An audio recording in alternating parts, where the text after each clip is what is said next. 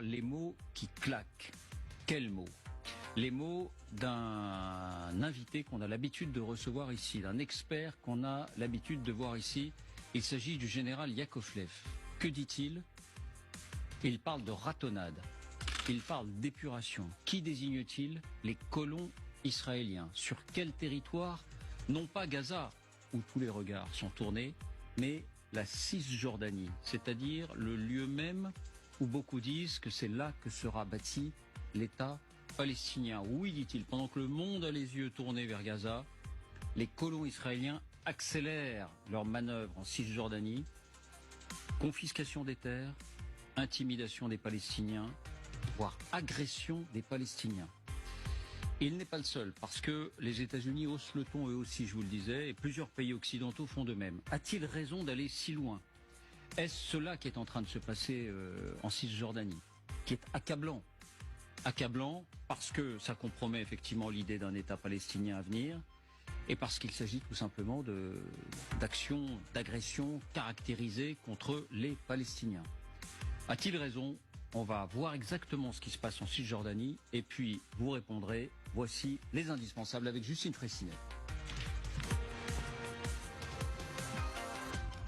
Bonsoir Justine. Bonsoir David, bonsoir à tous. Alors écoutons ces mots. Ils sont pesés, sous-pesés, mais ce sont des mots lourds, graves. Écoutons donc le général Yakovlev qui était face à Adrien Gindre ce matin. Je vais citer 3 médias anglo-saxons qui passent pas pour être anti-Israël ou antisémites. CNN, The Economist et le Washington Post ont rendu compte la semaine dernière de la situation qui paraît très inquiétante. Qu'est-ce qui vous inquiète? Les ratonnades menées par un certain nombre de colons juifs contre leurs voisins palestiniens, par des actes de violence, de terreur, en en tuant un certain nombre, etc. C'est le début de l'épuration ethnique, parce qu'il y a à la fois une campagne délibérée des colons et une forme de complicité de l'armée qui, dans certains cas, est accusée par les Palestiniens de n'avoir rien fait, alors que ça se passait sous leurs yeux. Justine, premier point, les mots sont très durs, mais en tout cas, il n'est pas le seul à s'inquiéter de cette question, le général Yakovlev. Effectivement, beaucoup de voix se sont élevées, mais on peut noter qu'aux États-Unis, premier soutien d'Israël, Joe Biden lui-même, par exemple, dès la fin octobre, disait s'inquiéter des attaques des colons extrémistes contre des Palestiniens en Cisjordanie, qui jettent de l'huile sur le feu. Ils attaquent des Palestiniens dans des endroits où ils ont le droit d'être. Cela doit cesser. Son conseiller à la sécurité nationale, Jake Sullivan, a enfoncé le clou par la suite. Netanyahou doit maîtriser les colons juifs extrémistes en Cisjordanie occupée par Israël. Et bien plus qu'en France, la question est désormais omniprésente dans la presse américaine, les éditoriaux ou les reportages. Alors de quoi parle-t-on? Que se passe-t-il? Exemple, dans ce village de Soussiya, on est au sud de la Cisjordanie, un homme raconte au Washington Post qu'un groupe de colons en tenue militaire ont fait irruption chez lui en pleine nuit il y a quelques jours. Il est avec ses 2 filles à ce moment-là de 7 et 8 ans. Et il détaille: ils m'ont dit de m'asseoir, puis ont continué à me donner des coups de pied, d'abord avec leurs bottes en métal. Un scénario qui s'est répété dans ce même village pour intimider les habitants et pour les pousser à partir.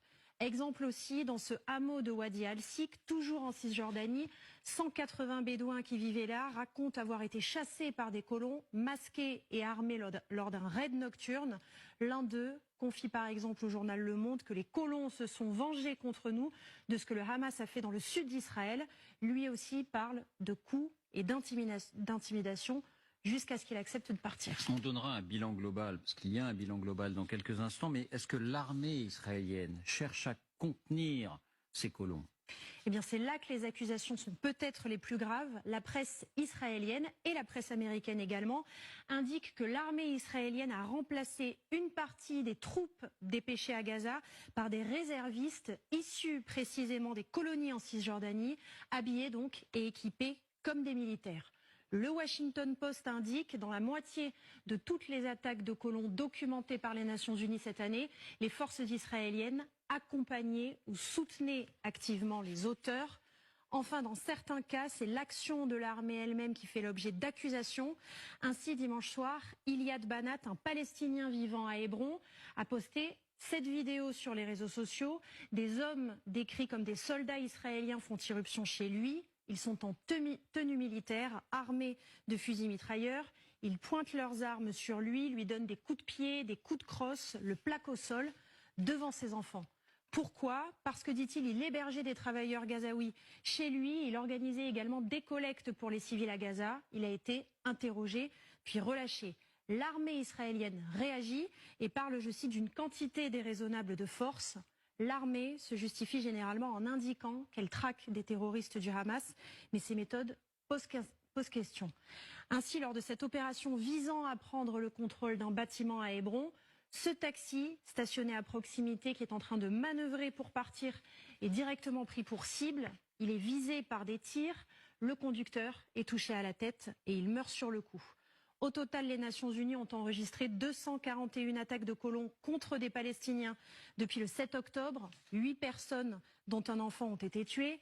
Ainsi, au rythme actuel, les 5 dernières semaines ont été plus meurtrières pour les Palestiniens de Cisjordanie que toute l'année dernière. Et si l'on inclut le total des opérations de l'armée, 173 Palestiniens sont morts, dont 46 enfants. Philippe Lazzarini, qui est chef de l'Agence des Nations Unies pour les réfugiés palestiniens, est en colère. La Cisjordanie est en ébullition. Si nous n'avions pas Gaza aujourd'hui, toute notre attention se porterait sur la Cisjordanie. Bon, alors on a parlé de l'armée, mais le pouvoir politique, lui, est-ce que le gouvernement de Netanyahou, de Benyamin Netanyahou, condamne ces opérations?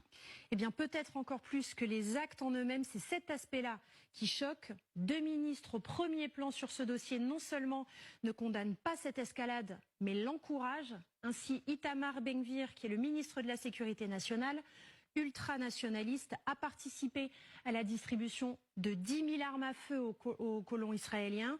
C'est un partisan de longue date, non seulement d'une colonisation, mais également d'une annexion de la Cisjordanie. Écoutez-le, c'était en avril dernier. כן, הסדרנו 9 מאחזים, 9 יישובים, ובעזרת השם נסדיר עוד 10. התגובה לטרור היא בהחלט גם לבנות, התגובה לטרור היא גם ליישב, אבל התגובה לטרור זה גם לחתור למגע. L'ennemi palestinien, donc, je précise, hein, il n'est pas question du Hamas. Là, on parle de la Cisjordanie. Alors bien sûr, il y a des miliciens du Hamas aussi en Cisjordanie. Enfin, la Cisjordanie, elle est gouvernée par l'autorité palestinienne. Pardon, Justine. Effectivement, et cette seconde personnalité dans le gouvernement Netanyahou, c'est Bezalel Smotrich, un colon ultranationaliste devenu ministre des Finances. Il plaide pour des zones, je cite, stériles en Cisjordanie, c'est-à-dire interdites aux Palestiniens, à proximité des colonies, légalisées par le gouvernement ou illégales, mais également sur des routes qui ont été construites par les colons. Bref, c'est effectivement l'un des plus grands soutiens de la colonisation. Merci Justine.